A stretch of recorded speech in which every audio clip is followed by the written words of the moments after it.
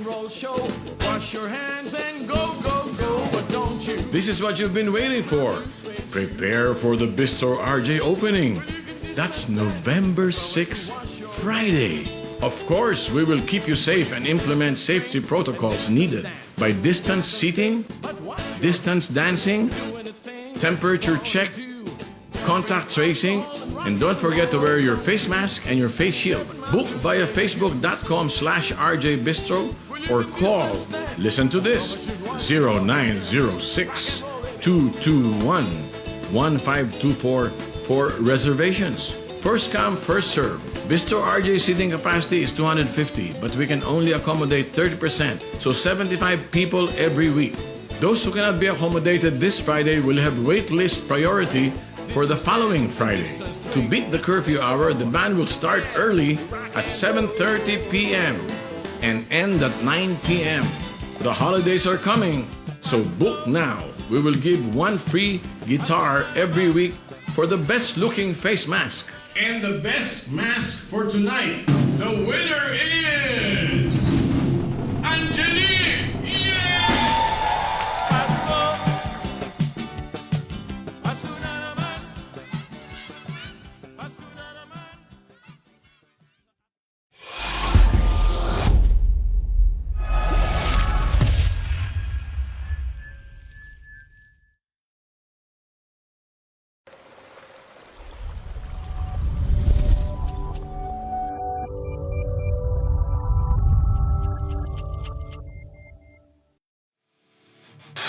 Hanggang sa nakita po yung pulis bumulot ng baril. Yung may kulang na bumulot ng baril. At pinalo sa akin, dito malang sa ulo ako tinamaan. Ano po kaya ang pakiramdam ng mga mismong biktima nagsusumbong sa amin?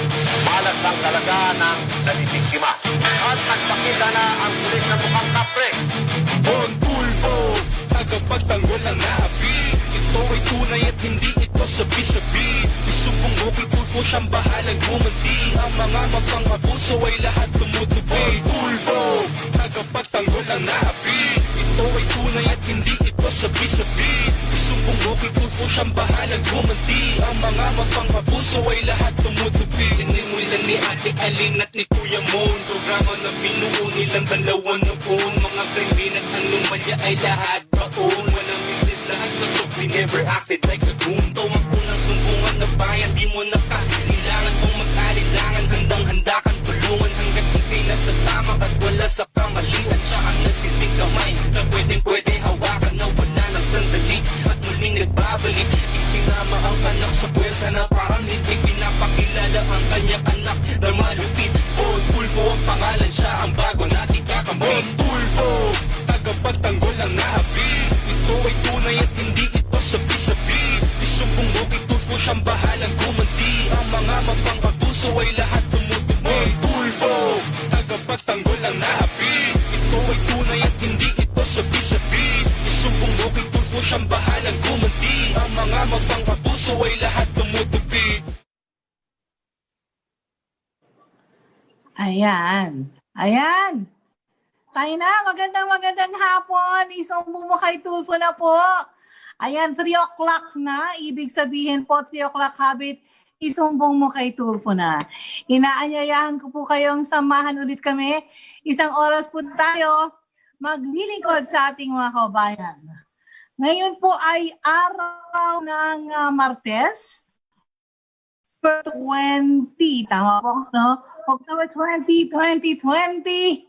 Aba, wag ko kayong maglilipat ng stasyon dahil meron tayong mga update sa mga kaso po natin na patuloy na pina-follow up ng ating programa. Anyway, ako po si Aline Ferrer at ako po may kasama. Pansamantala po, wala po muna ngayon ang dalawang Tulfo. Ang kuya mo ng bayan po ay may meeting po siya. At si partner Bon naman ay meron hong training. O, diba? Na may kaugnayan pa rin naman huyang mga yan sa ating serbisyo publiko. Pero syempre, ako po hindi pwedeng mag-isa lang dito sa programang ito. Kailangan ako may kachikahan, may kausap. True. At ako po isasamahan ng isa po sa mga angels ho natin. Kilala niyo na ito eh. Tawag namin dito si Kapitana. Si Angel Desa, good afternoon. Good afternoon, Ma'am Aline. Magandang hapon din doon sa ating mga listeners at viewers sa ating Facebook Live, sa ating mga kanilang mga transistors at saka sa kanilang mga TV, Ma'am Aline. Ayan, magandang hapon po sa inyong lahat. Ayan, thank you Desa ha. Timahan mo ko. Sige. Sobrang busy ng dalawa. Tayo dito sa programa. Totoo. Wala nang bagyo, no? Meron po ba? Meron pa, no? Si Pepito Pepito na. Pepito, bagyong Pepito. In fact, nasa signal number 1 ng Metro Manila. Yes.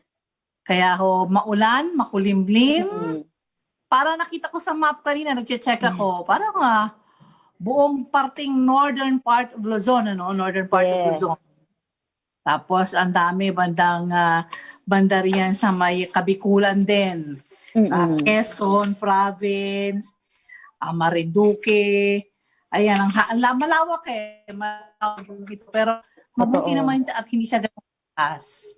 Diba? Totoo. Halos lahat ng mga nabanggit na lugar, lahat tayo signal number 1 lang naman so far. Pero masarap lang yung yung dating ulan na yan, yung bagyo na yan. Masarap matulog. Kasi dagdag lamig sa panahon na Oo. nararamdaman ngayon. Mm-mm. Saan man ho kayong lugar, kung kayo ay nagbibiyahe kaya, nagmamaneho, gantong oras na ba ginagawa? Siesta! Tulog ng mga bata, yung mga nanay naglalaba. Kung may eskwela, recess na ngayon ng mga panghapon. Yes. Oo. Sa mga online schooling kaya, Ma'am Aline, may recess pa rin ba sila? Meron. May Meron break. pa din. Oo, break check. Time Mga din. coffee break. Oo, ayan. Samahan niyo po kami ha. Kayo po ay nanonood na isang bumukay tubo sa aming istasyon o sa ang channel nga tayo mapapanood, Desa. Isa-isahin mo Okay, ha. ayan. Sa ating mga taga-subaybay na araw-araw nakatutok dito sa ating palatuntunan, maaari nyo kaming masubaybayan araw-araw dito sa ating tahanan na DZRJ, www.facebook.com/DZRJ810AM. So ayan, mapapanood nyo po kami mula alas 3 hanggang alas 4 ng hapon. Pwede din naman po, sinishare din namin yung live.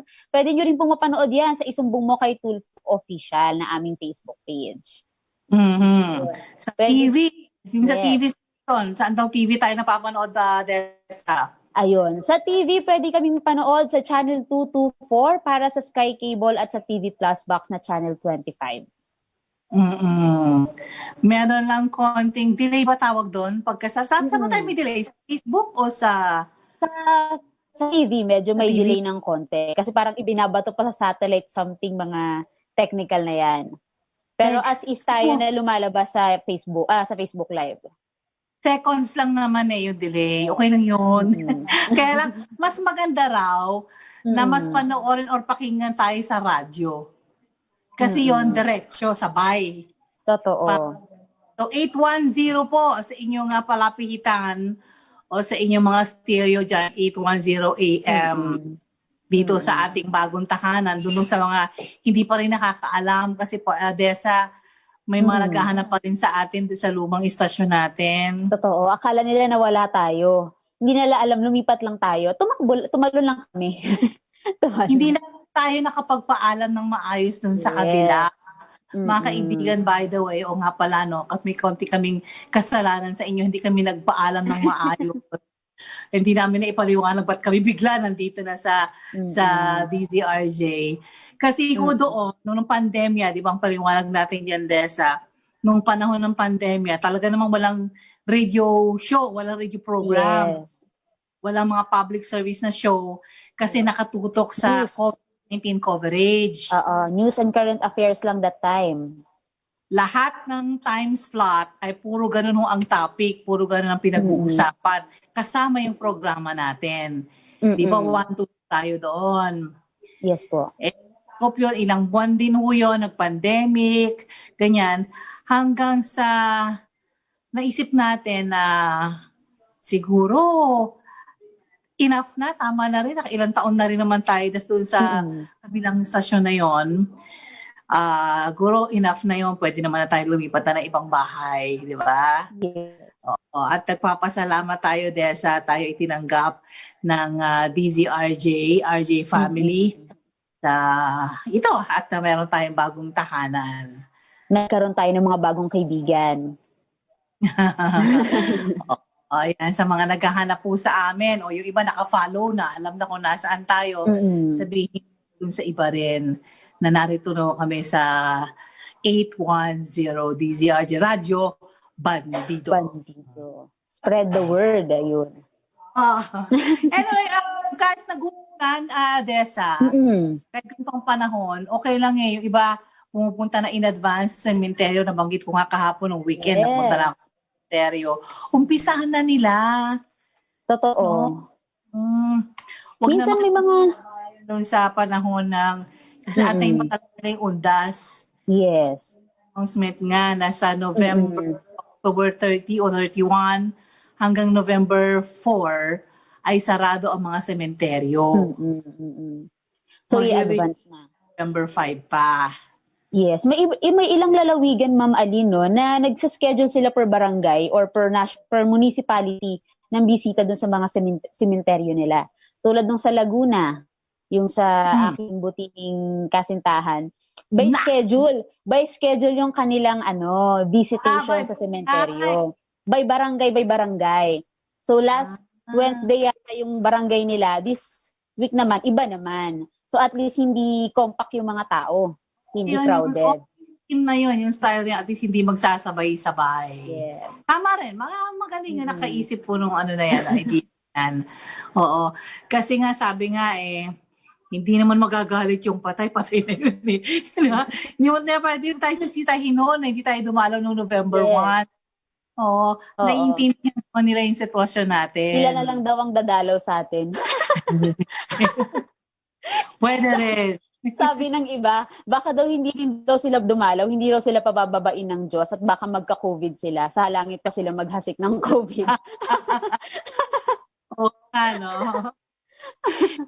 Okay, isa pang magandang balita dito, Nesta. I'm sure gustong-gusto mo to. O pwede na daw mamasyal, pwede na daw mag-travel. Saan mo gusto mo? Siguro dito muna ako sa Philippines. Baka yun ang sariling bayan. Oo, pero hindi ko alam kung bukas na ang lahat ng mga tourist destination na domestic dito sa probinsya may Pilipinas. Kasi kami may naunsyami kaming travel talaga. Dapat nung July kami ng saan nga to? Batanes. Batanes. Batanes. Ako din. Oo, tuloy kasi nga nag-pandemya, hindi may tuloy ng Batanes. Hindi ko alam kung kasama siya sa nagbukas na rin. Ako din dapat supposedly nung August sa Cebu ako kaya lang may COVID. Ngayon alam ko open na ang Baguio, Tagaytay, Boracay, at yung mga ibang mga beaches natin, ibang mga probinsya. Sa Ilocos, yan, may mga bukas na rin dyan sa Pangasinan. So, unti-unti po yan, babalik ho tayo sa normal, pwede na ho tayong makapag-enjoy. At yung ating curfew, sa Quezon City ba, Des? Sa taga Quezon City kaya? Ano ba yung oras ng curfew? Yes po. Wala na kaming curfew as far as I know, pero may mga nagro-ronda pa rin pag kami mga crowded na people. Yun. Oo, sa amin meron curfew pa, pero ngayon in-adjust na nila. Dati 10 to 5. Ngayon 12 to 4 na lang siya. So in-adjust, kiniksian na lang siya. Tapos pwede na magpunta sa mga mall, pwede na mag-shopping. Yes. Hindi na hinihinga ng quarantine pass. Hindi na ba? Hindi na. Mabuti naman. Hindi na. Pero yung mga staycation yata, open na rin yung staycation, kaya lang medyo marami pang requirements. So, it's up to us. So, nasa atin yung kung gugustuhin pa rin natin mag-staycation. Ayan. Sige. At itong pagbabalik ko namin ni Dessa ay mamaya magtatampo po kami ng mga updates.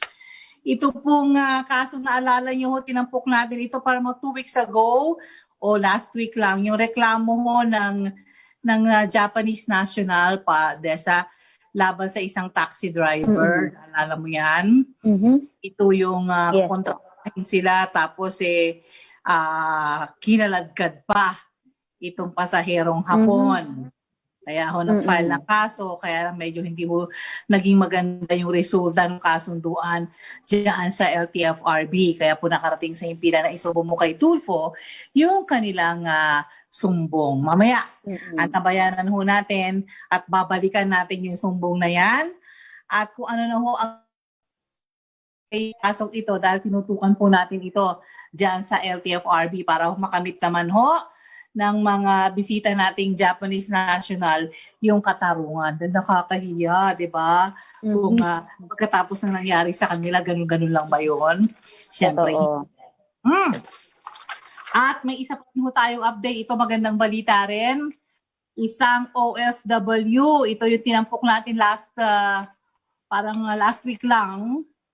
Ito yung mihiling na makauwi na dito sa bansa dahil nag-overstay na siya doon. Siyempre, kinulit-kulit natin yung agency at saka yung OWA para mapauwi na itong si Suzette.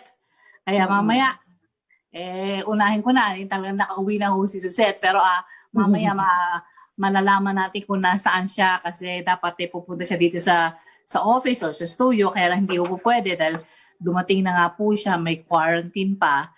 Mamaya kakamustahin ho natin siya dahil babalitaan niya ho tayo dito ho sa pagkakabadali ng pagka-uwi niya. At isa po OFW rin ito, Desa, no? Yes. Ang isang kaso natin repatriation din. Repatriation din, tapos na yung kontrata, hindi makauwi-uwi. O yan. Ang daming ganyan. Yung mga overstay na, normally kasi 2 years pa. Yes.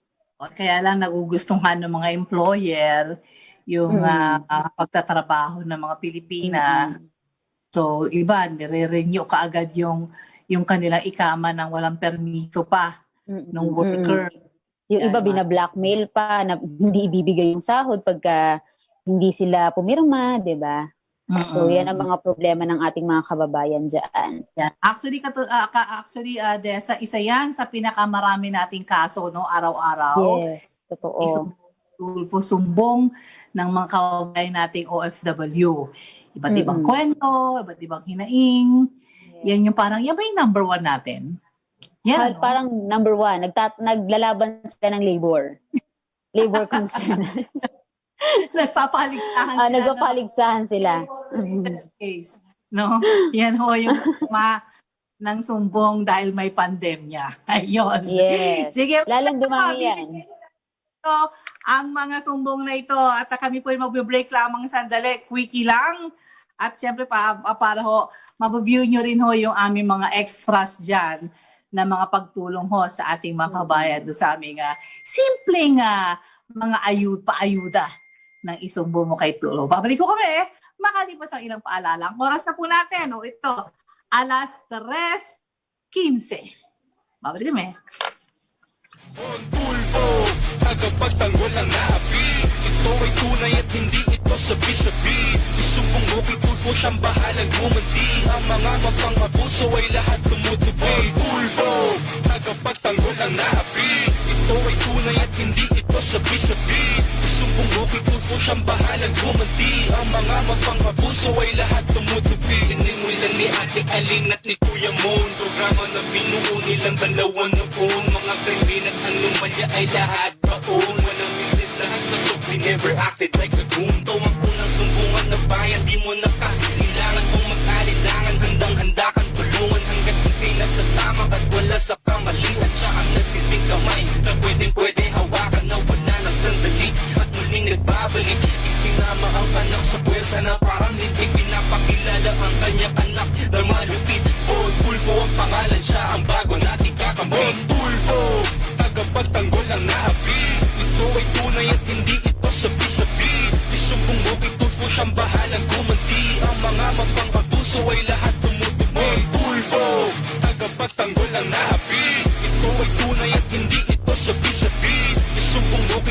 siyang bahalang gumanti. Ang mga magpang-abuso ay lahat tumutupi. What's that? This is us at home. We played all day and swam with the shark. But the best part is this. Dad! So much to do, so much more to life. SMDC.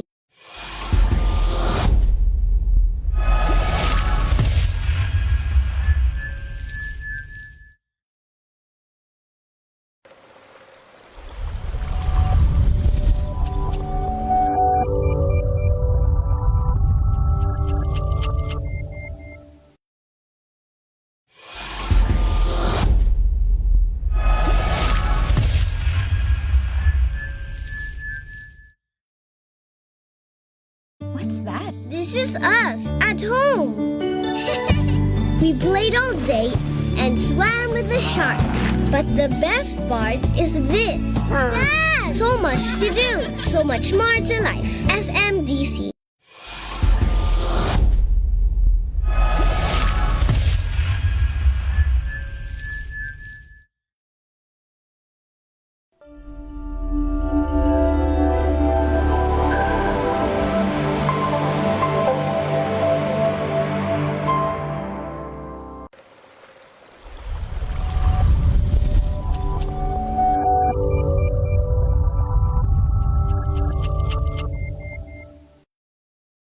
What's that? This is us at home. We played all day and swam with the shark. But the best part is this. Dad! So much to do, so much more to life. SMDC. Baby, I'm home! Happiest ako kapag listo at ganado siyang kumain. Happy and healthy siya sa NutriChunks. Recommended by my vet. NutriChunks is the only one with active boost and prebiotics na pampalisto. Made with real meat and fortified pa with essential nutrients that help keep him strong, healthy, and happy. Listo ganado sa NutriChunks. What's that? This is us at home. We played all day and swam with the shark. But the best part is this. Dad! So much to do, so much more to life. SMDC.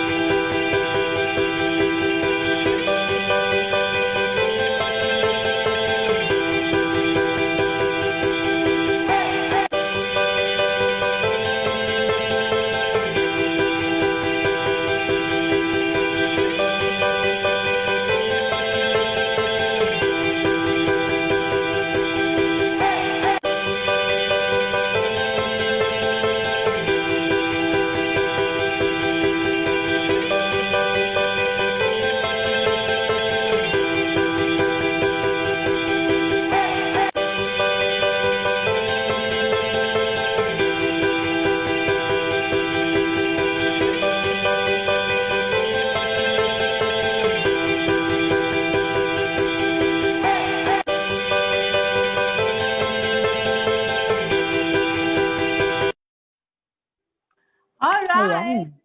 Babalik na po tayo dito sa ating parang tutunan sa Tulfo.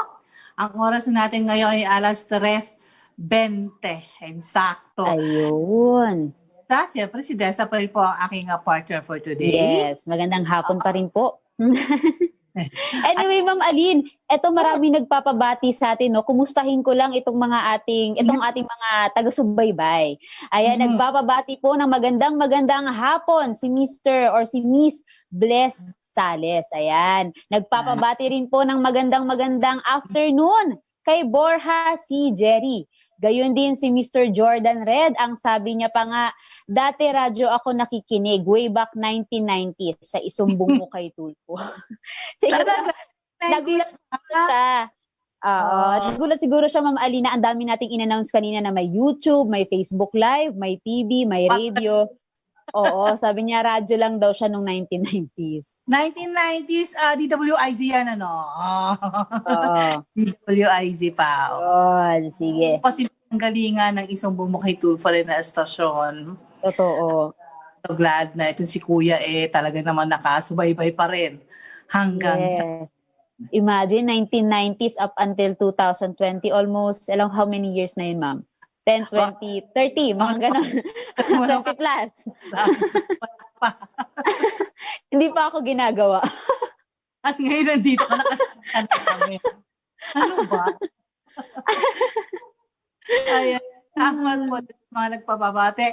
Pwede rin mo kayo, kung may mga gusto ka ng batiin ng happy birthday, happy Yes. anniversary, whatever, anong gusto nyo mo ipahatid na mensahe, pwede niyo po idaan through text sa 0998-7926304 o kaya di sa ating Facebook, di ba, Desa? Yes. Naisumbong mo kay Tulfo Official. Ayan. Kami po, Angels, dito sa Isumbong mo kay Tulfo, may kanya-kanya tayong hawak na hotline. Yung sa'yo, Desa, ng hotline mo? Yung hotline ko is 0998-792-7179. Ayan, sumasagot po kami sa aming mga hotline mula Lunes hanggang Biyernes, alas 9 hanggang alas 5 lang naman po ng hapon. Ayun. Oo. May iba kasi nagagalit. Ba? Yung mga oras na tulog ka na, ba't daw wala nag-reaction? Alas 12. Kami. Alas 12 ng madaling araw tumatawag sila. Ayun lang po. Tao din po kami. Hinay-hinay. Akala kasi na baka yung ano lang, may tagasagot na automatic, nagre-reply, meron may ganun. Ayun kay Viola, kay Angel Viola, ba yung hotline ni Viola? Ito yatang 0933-933-0811. Yan ho yung Viola. Basta 4 ho yung mga nakalagay dun sa Facebook natin, na hotline. Bahala po kayo kung kayo hindi po gustong Mamili kayo. Oo. Kung sino ang inyong napupusuan. Ayan, ayan. Sige. At yun, unahin natin. Yung meron kang babasahin pala, Desa? Yes. May paalala lamang po tayo. Alam nyo bang bawal magkabit ng antena sa ilalim o malapit sa linya ng kuryente? Siyempre, maaari kayong makuryente niyan. Delikado po yan dahil ang mismong pagtatayo ng bahay o ng kahit na anumang istruktura na malapit sa linya o tore ng kuryente ay mahigpit pong ipinagbabawal. May kaukulang parusa ang paglabag po dito. Kaya naman, makipagtulungan upang mapanatiling tuloy-tuloy ang daloy ng kuryente sa inyong mga lugar at saan man sa bansa. Ito ay isang paalala mula sa NGCP. Ayan, thank you NGCP sa mga iba pang mga sponsors natin, At unti-unti na bumabalik na, sumasama na sa atin yung mga sponsors natin, Desa, si San Miguel Corporation, si SMBC, yan si NGCP, at to follow po, iba ho nating mga kaibigan. By the way, yung pong napanood nyo kanina, yung sa mga gaps po natin, may napanood po kayo yung mga ayuda-ayuda, ganyan. Yan ho ay pinapakita lang namin sa inyo na meron ho tayong ang tawag dito, binibigay na pagtulong. Relief. Oo, relief. Ganyan. Yan ho, may mga sponsors din ho kami dyan. Sa pagbigay ho ng mga, may mga partners po kami. Nagbibigay ho ng mga delata, mga bigas. Iba kasi ayaw na magpakilala, Desa. Gusto nila pero gusto lang ipakita din sa kanila na nakakarating talaga. Yes, totoo. Maakala nila kung saan-saan na daw natin na dinala. Ayun. Ano yung may sinasabi? May tinatype sa akin to si Viola, hindi ko makuha. Ayan. I-ano mo lang, Viola, i-message mo lang si Desa. Pati natin ano yun. Message mo na yan. Sige, umpisahan ko na dito sa good news. Unahin ko doon sa taxi. Gusto ko na taxi.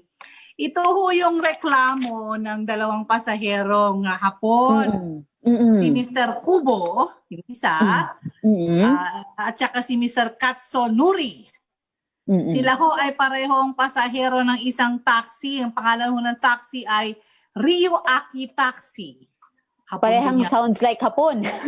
Parang hapon din, oo. Actually, nangyari po itong insidente ito noong April 28, 2019 pa. Okay. Makay daw, itong 2 hapon na ito, dyan sa may Vito Cruz, Manila, at magpapahatid nga daw dyan sa may Macapagal Boulevard. Alba, yung gusto daw Desa ng driver, ang pangalan ng driver ay si Ronnie Bert Cabaya.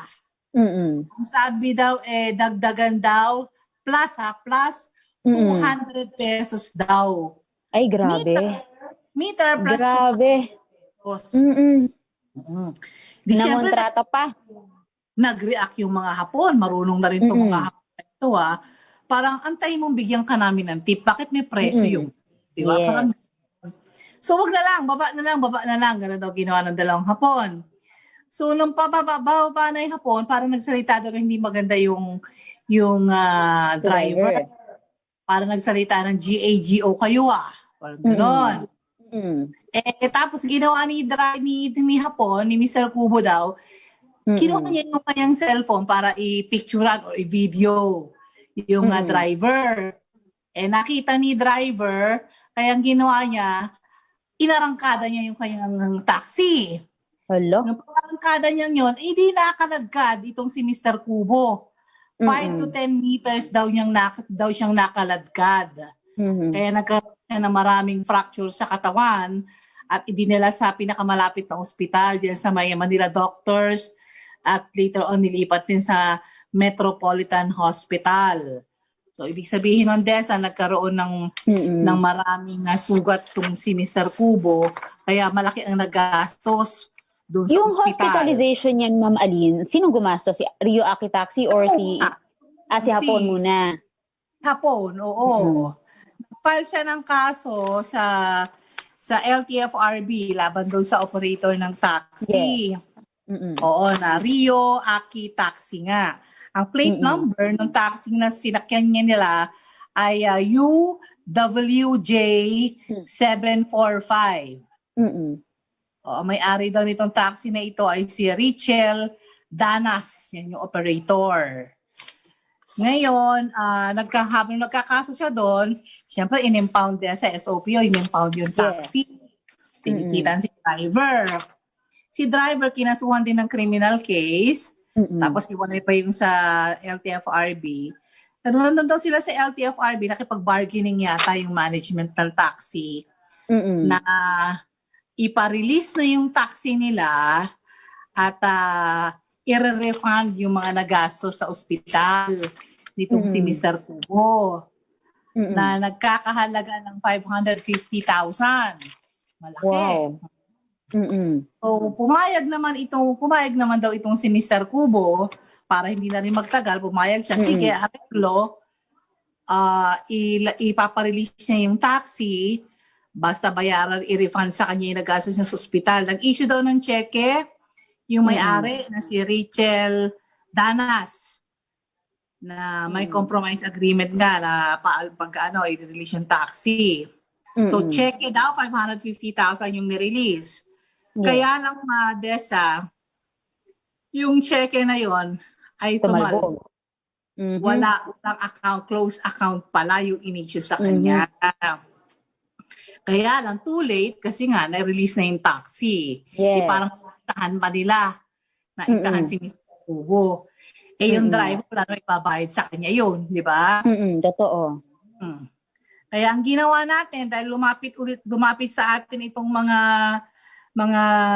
yung relative o yung mga kaibigan ng Hapon, kasi yung mga Hapon parang nasa Japan na muna sila ngayon, pero through their friends, lumapit sila sa atin.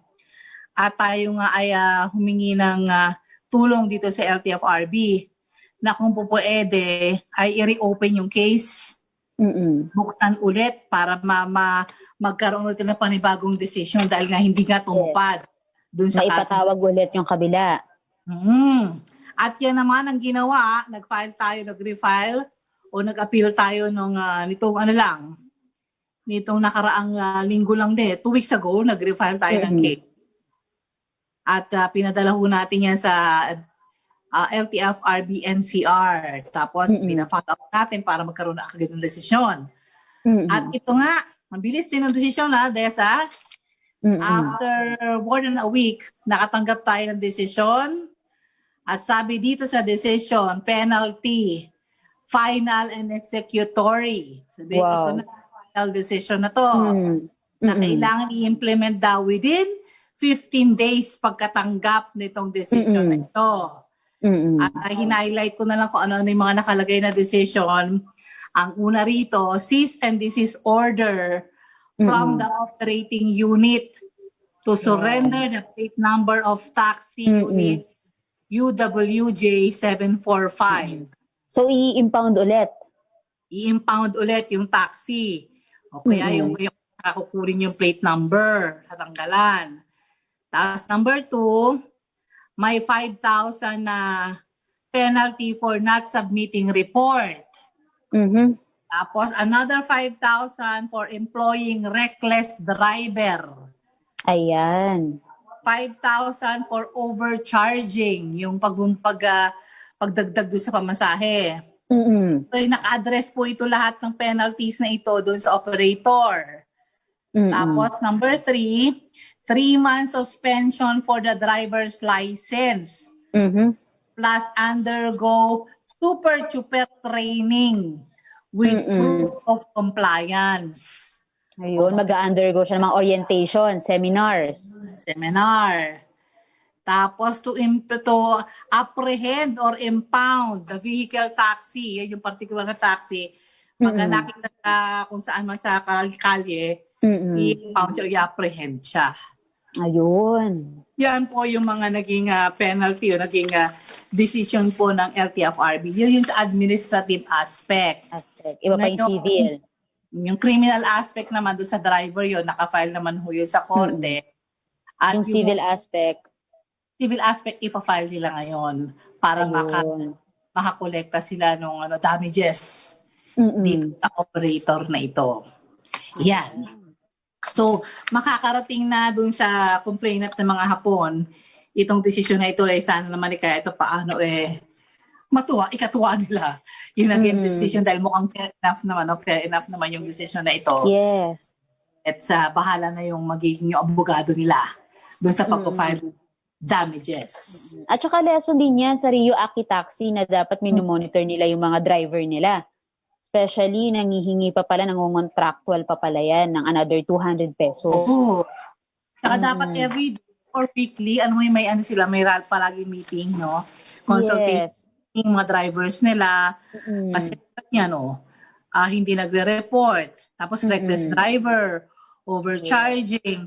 Mamumultahan talaga sila pagka may mga ganito silang hinahire na mga driver. Dapat palagi nilang papaalalahanan na maging matinok at masunurin sa batas traffic ang mga drivers. Siguro sa naman, mga taxi operators, sana matutuho tayo dito sa desisyong ito. Salamat po sa TFRB, especially sa NCR ho, dahil talaga namang tinutukan po nila itong kasong ito. Thank you so much. Ayun, thank you po. Sa lawyer, sa Zoms Law, kay Attorney Sim Zuniga ng Zoms Law. Zoms Law Offices. Yeah. Alright, yung sumbong. Yung sa'yo naman, Desa. Ito yung sa OFW. Dumulog sa ating himpilan si Emmanuel. Averrose. Si Averrose. Yes. Taga Pasig City. At para ito sa kuya. Ano niya itong OFW? Kuya niya, kuya. Yan, si Emmanuel Betita. Ano ba ang sumbong nitong si Emmanuel? Sige, pakinggan po natin. Narito po.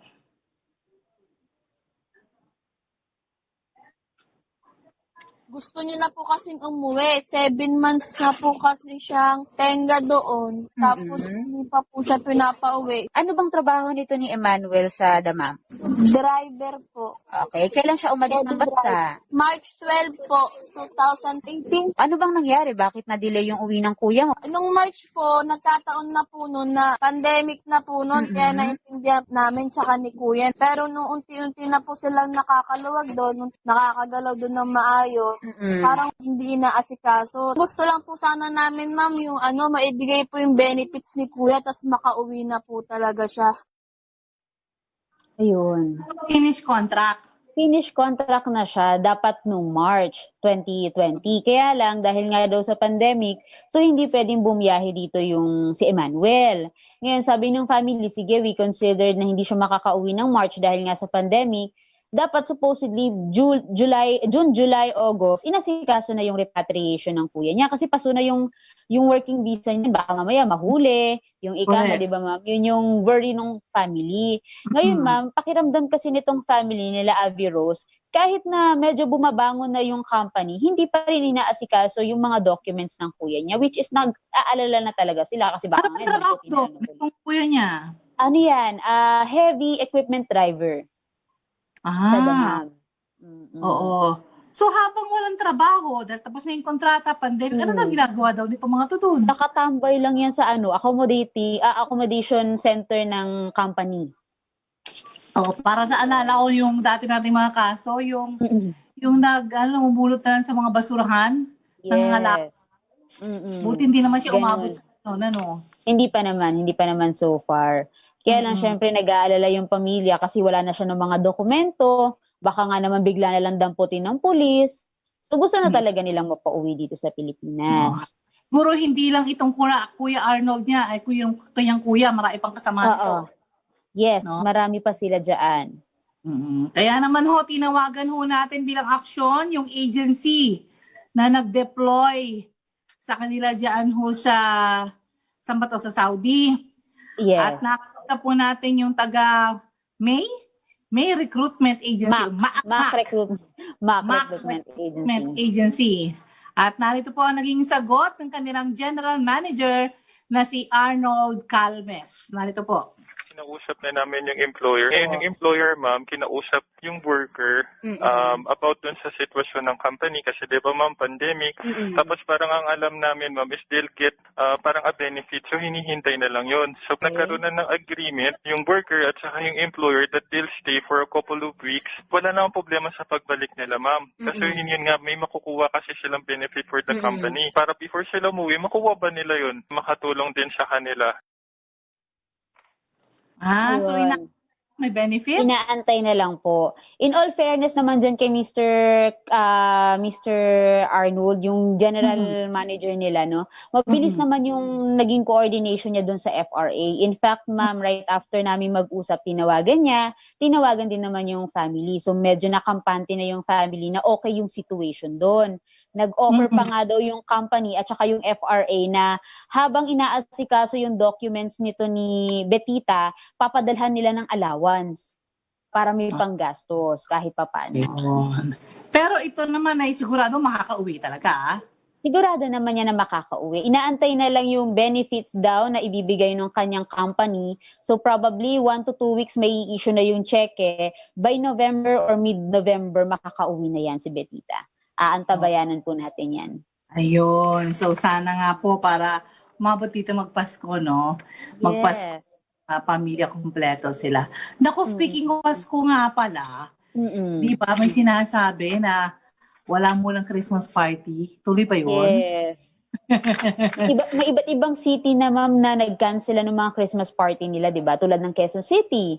Hindi na daw sila magkakaroon ng Christmas party. Instead, yung gagastusin doon sa occasion, ibibigay na lang doon sa mga medyo nangangailangan. Pamasko, doon sa mga nangangailangan. Tsaka, kasi bawal pa yung mass gathering, yung maramihan talaga. Siyempre, pag Christmas party, ang dami niyan. Lahat ng mga empleyado darating. Yung iba pang company, pati yung mga dating empleyado nila, ini-invite din. So, expect na madaming tao talaga. Yun. Sige. Alright, at isisingit ko muna sandali itong inere natin kahapon. Baka lang yung missing. Ulitin ko lang kasi nakikiusap po yung kanyang pamilya, especially yung kanyang mga anak. Baka daw po kilala nyo si Nilda Bongar o Bongar. Nilda Bongar, 53 years old po ito. Naku, veteranang OFW na po ito. Balik-balik na po ito sa Saudi. Kaya lang, nawala po si Ate Nilda noong September 2017. Ang report ay nag-run away, sabi po ni employer niya, nung amo niya.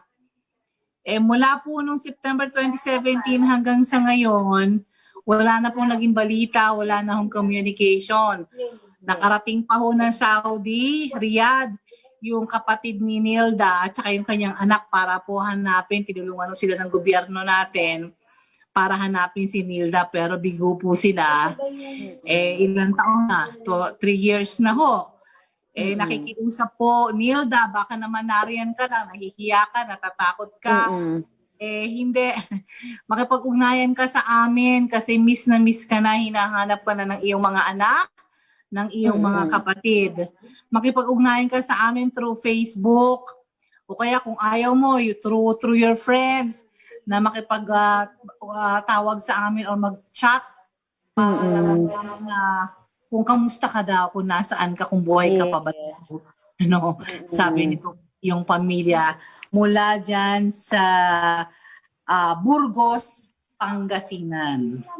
Yung picture nito ay sino pa ulit natin ipakita yung kanyang litrato. Last picture niyan bago daw nawala. Under ito ng Zontar Manpower Services. Yan yung maraming nahihiwagahan paano siya nawala. Yun nga eh. Walang paramdam sa pamilya, walang paramdam sa kaibigan, hindi niya dinala yung passport, hindi niya dinala yung cellphone. May dinala pala isipan. Mga damit na Sabi nga ng ibang mga taga-subaybay natin kahapon, Ma'am Aline, baka daw na frame up yan o baka pinagtakpan ng employer. Ayun nga eh. Nag-imbestiga naman ang mga taga Riyadh, Saudi, kasama nga yung taga-OWA natin tsaka taga-DFA. Pero wala talaga eh. Wala silang matrace kung nasaan. Kung nag-iba man ito ng lugar, kaya wala siyang passport, di ba? Magtatago siya. Baka sumama sa boyfriend. Kung sumama man, okay lang naman yun. Basta magpakita siya, magparamdam man doon sa kanyang pamilya. Yes, totoo. 2007 pa yan, Ma'am Aline, no? 2007. 17. So, yun. Alright, dito tayo sa susunod natin. Ito update, good news ito. Dahil sa natin October 15, yung sumbong ni Jefferson Soler para sa kanyang kapatid na si Suzette na naririyan sa Jeddah, Saudi Arabia. Ito ay overstay na rin si Suzette doon for more than 3 years na. May isang taon na doong overstay. Ay daw kaya ng kanyang amo. Inaalala nila, akala mo ba 8 na ang nagiging amo daw nito. 8 yung pinagsisilbihan. Pinagpapasapasahan doon. Kaya ang hiling daw ni Suzette ay pauwi na siya. Gusto niya magpahinga. Pagod na pagod daw siya. Yan ang hiling niya dito sa kanyang kapatid. Kaya nakarating sa atin si Jefferson. Sige, balikan lang natin ang naging sumbong noon ni Jefferson. Gusto na talaga siyang umuwi mo. Dahil kung tutusin nga to, yung ano na doon yung katawan niya sa sobrang pagod pa. Nanginginig na siya. Kakasakit, di naman daw nila ipapagamot. Kusan na lang niya ginagamot yung sarili niya. Kasi minsan, pag yung natapos niya sa trabaho niya dun sa panakawan niya, minsan, nihiram daw ng mga kapatid ng amo niya, ganyan, pagkitrabaho sa ibang pero ang sweldo niya, katumbas ay? Ganun pa rin po. Isa lang, katumbas ng sweldo niya. Isa lang po. Pero pinapasweldo naman siya. Pinapasahod naman mo. Naman minsan, siyempre sa sobrang pagod niya kada, minsan nasisigawan na siya kada, dahil wala na siyang pahinga eh. Minsan na lang, pahinga na lang niya sa akin, yung pag tumatawag na, umiiyak pa na, natulungan ko Kaya alam mo siya huling nakausap? Kagabi lang po. Kasi sabi niya, kung may tatawag na dito na ibig sabihin nun, pag di na kita na-contact, kukunin na rin ng amo ko yung cellphone ko sa inyo. Sinasaktan ba siya? Minsan daw, sinasaktan. Pero pag kamusta naman ang mga pagkain niya, ayos naman ba daw? Ayos naman daw po. Yan, biro mo, 8 pamilya yung pinagsisilbihan niya, pero katumbas ng isang sweldo lang. Ikaw, talaga, kayod kalabaw. Itong si Suzette doon. At desa sa ibang bansa, sa Europe, okay yung 8 pamilya pinagsisilbihan mo kasi 8 naman ang sweldo mo rin. Yes. Pero ang kita Oo. Dito sa Saudi, yan, ang sweldo niya, katumbas para sa isang amo lang yun, pero pinagsisidlan niya 8 amo. Di ba? Yes, so ginagawa kasi dyan, Ma'am Alin, ng ibang mga employer, di ba, para makatipid, papagamit nila sa iba, tapos maniningil din sila. Di ba, parang gamit na pinahiram. Oo. Pinagkakakitaan pa nila yung kasambahay nila. Yes. Totoo. Kaya bilang action po, tinawagan natin ang Injas Al-Kawadir Manpower Agency. Ito po yung nagpadala kay Suzette dyan ho sa Saudi para ho magtrabaho. Inalam na ho natin sa kanila, pinarating natin sa kanila na gawa na ng paraan na mapauwi na sa lalong madaling panahon itong si Suzette. Narito po ang pakikipag-ugnayan ho natin sa India. Ma'am, ganito po. Regarding po sa kanya, ma'am, nakausap na po namin na doon sa agency po doon. So, this week, next week po, by schedule kasi po yan, ma'am. Kailangan pong next week na tatawagin muna siya papunta ng Pulo. Tapos, pagdating po doon, i-schedule ulit, ma'am, yung pagbalik niya dito sa Pilipinas, ma'am. So, pauwi na siya? Yes, ma'am. Ang magpapauwi sa kanya ang Polo o kayo, Injas? Sa agency po, ma'am, may contact po ang agency sa Pulo. Yes, ma'am. Nasa employer pa po siya. Doon po siya ihahatid sa Pulo, ma'am. So, para to, nakipag-communicate na kayo dun sa employer niya na ihahatid siya sa Polo? Yes po, yes po. Mga next week po. Kasi may schedule po yan, ma'am eh. So, basta itong October, makakauwi siya? Yes po, ma'am. Makakauwi itong si Suzette. At katunayan, kahapon na Desa, nandito sa office natin si Jefferson.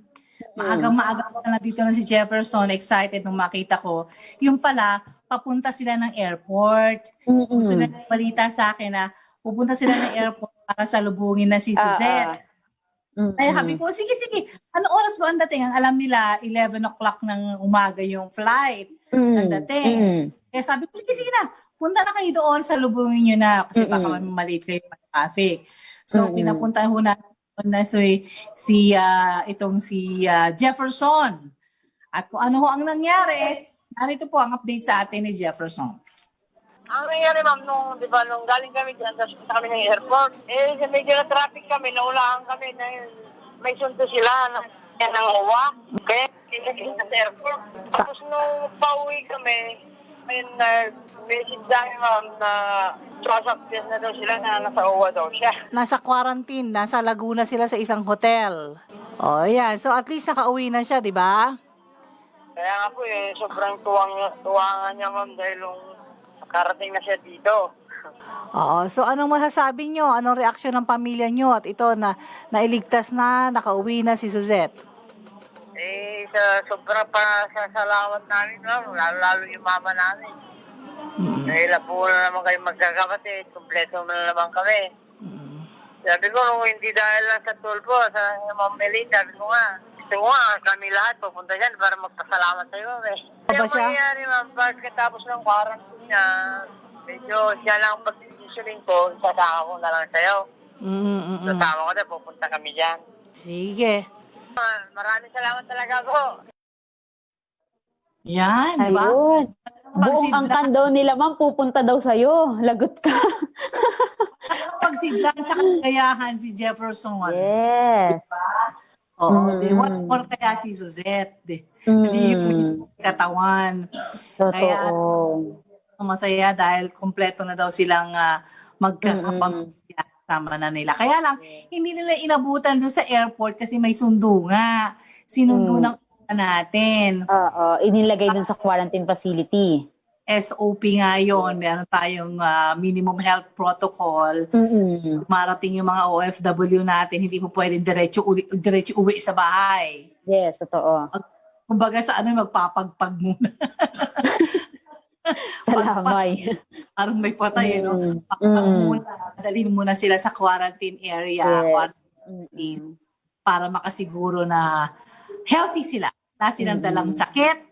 At hindi sila makakapanghawa or hindi sila makahawahan, di ba? Isa swab test yan, Ma'am Alin, no? Swab test? Isa swab test? Lahat ng SOP ay gagawin dito sa ating OFW. Pero nagkausap kami ni Suzette through Messenger. At yun nga, sabi niya, mag-video daw siya. Kaya sabi ko, kamusta ka? Nasaan ka ba? Nasa somewhere in Laguna daw siya eh. Doon daw yung kanilang quarantine. Hotel naman ito, hotel naman daw. Social. Nagpadala sa atin ng video si Suzette para doon sa sobrang excited niya. Narito po ang kanyang pahayag. Good morning, Ma'am Ali Ferrer at saka po kay Sir Bon Tulpo. Ako po si Suzette Solarlingat na humingi po ng tulong sa inyo nung isang araw na sana po ako ay makauwi sa Pilipinas. Sa kadahilanan po yung amo ko ay nasa overcontract na po ako, ayaw pa akong pauwiin. Maraming salamat po sa aksyon ninyo para sa akin, para ako inyong matulungan. Ma'am, maraming salamat po sa inyo. Taos puso po ako nagpapasalamat sa inyo. Kung hindi po dahil sa inyo ay hindi po ma-actionan ang ganitong problema. Andito po ako ngayon sa Pilipinas. Nakauwi po ako nung October 19, 2020. Nung pong pagbagsak po ng airlines namin sa Pilipinas, agad-agad po kami inasikaso ng OWA for swab test. After po nun, dinala po kami ngayon dito sa Paseo Premier Residence, sa Paseo Premier Hotel dito po sa Santa Rosa, Laguna. Ang sabi po sa amin ng OWA, 3 to 5 days po daw yung wait namin bago po kami makapunta sa bahay. Ma'am, maraming salamat po. God bless you. More power. Sana mas marami pa po kayong matulungan na makauwi na mga OFW na may ganung problema. Thank you po. I love you all.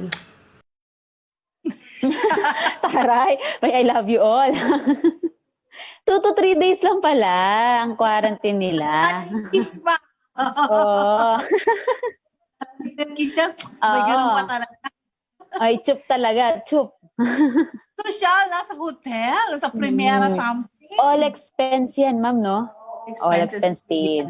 Sagot ng gobyerno natin. So, 3 to 5 days ay tuluyan na makakauwi itong si Suzette sa kanyang Ayan. Galo para sa kanila. Ayan. So, we'll see how, no? Sabi niya, nadala siya sa atin. Pero kahit na hindi naman na okay na yun, alam naman natin na yung kanilang, nakauwi siya ng safe. At yung pasalamat niya ay nakuha naman na natin. Yun naman importante. Yes, totoo yan. Thank you, Suzette, at thank you dito sa iyong agency, ha, na tinupad naman yung kanilang pangako, ang Injas Alcader Manpower Agency. Sa OWA rin, thank you so much. Ayun. Good luck. Yes. O, diba? Maganda yung ending ng ating programa na ito, success story po tayo. Ayan, so paano ba yan, Dessa? Time stop na tayo. Baka may mga pahabag ang mabasahin. Ano na?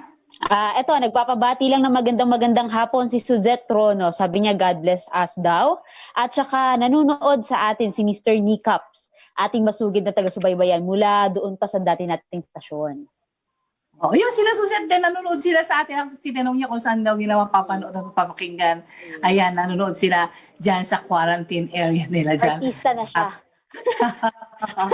Alright. Tessa, thank you ha. Sinamahan mo Sige ko. po. Thank you very much, Ma'am Aline. Maraming salamat po dun sa ating mga taga-subaybay. Yes. Okay, wala kang babatiin. Wala naman. Alright. Maraming salamat po sa inyong ginawang pagsubaybay ho sa amin. Sa ngalan po ng ating Kuya ng Bayan, Kuya Montulfo, at ang aking partner na si Bon. Ako po si Aline Ferrer. Bukas po ulit. Bye! Tagapagtanggol ang naabi. Ito ay tunay at hindi ito sabi-sabi. Isumpong mo kay Tulfo, siyang bahalang gumanti. Ang mga magpang-abuso ay lahat tumutupi. Tulfo, tagapagtanggol ang naabi. Ito ay tunay at hindi ito sabi-sabi. Isumpong mo kay Tulfo, siyang bahalang gumanti. Ang mga magpang-abuso ay lahat tumutupi. Sinimulan ni Ate Aline at ni Kuya Mon, programa na binuo nilang dalawang noon. Mga krimen at anomalya ay lahat baon. Walang witness, lahat pasok, we never acted like a goon. Tawang unang sumbungan na bayan, di mo na kailangan pang mag-alilangan. Handang-handa kang tulungan hanggat ikay nasa tama at wala sa kamalian. Siya ang nagsilbing kamay na pwedeng-pwede hawakan na wala na sandali at muling nagbabalik. Isinama ang anak sa pwersa na parang nitig. Pinapakilala ang kanyang anak na malupit. Bold Tulfo ang pangalan, siya ang bago nating kakampi. Bold Tulfo, tagapagtanggol ang naapi. Ito ay tunay at hindi ito sabi-sabi. Isumbong mo kay Tulfo, siyang bahalang gumanti. Ang mga mapang-abuso ay lahat tumutupi. Bold Tulfo, tagapagtanggol ang naapi. Ito ay tunay at hindi ito sabi-sabi. Isumbong mo kay Tulfo, siyang bahalang gumanti. Ang mga mapang-abuso ay lahat tumutupi. The views and comments of the hosts and guests are not necessarily those of the station.